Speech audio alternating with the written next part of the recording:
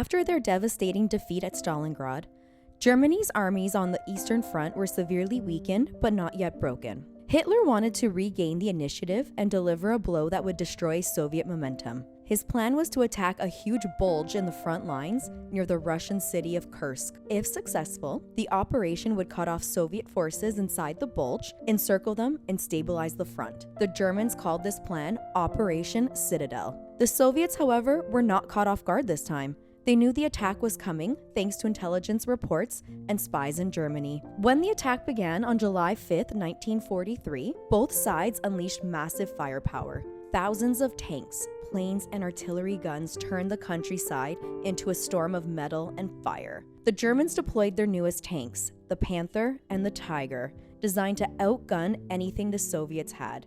But the Red Army had prepared deep defensive lines stretching for hundreds of kilometers. Mines, trenches, barbed wire, and anti-tank guns slowed the German advance to a crawl. The Soviets fought fiercely from fortified positions, and their air force, now much stronger than in 1941, bombed German columns relentlessly. The most famous and decisive clash took place in a small village. There, nearly 2,000 tanks clashed at close range in a chaotic, thunderous battle. The fields were filled with smoke, dust, and fire as both sides rammed and fired at point-blank range. By mid-July, the German offensive had stalled. They had lost too many tanks, men, and fuel, and the Soviets counteracted with overwhelming force. On August 23, 1943, the Battle of Kursk officially ended in a decisive Soviet victory. The Germans were forced to retreat once again, leaving behind their dreams of regaining the initiative in the east. From that moment on, the German army was permanently on the defensive. The Red Army began pushing westward, liberating vast territories of Ukraine, Belarus, and later Poland, until the war reached Berlin in 1945.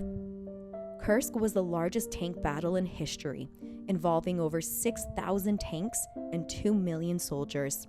It ended any chance of Germany ever regaining strategic control on the Eastern Front.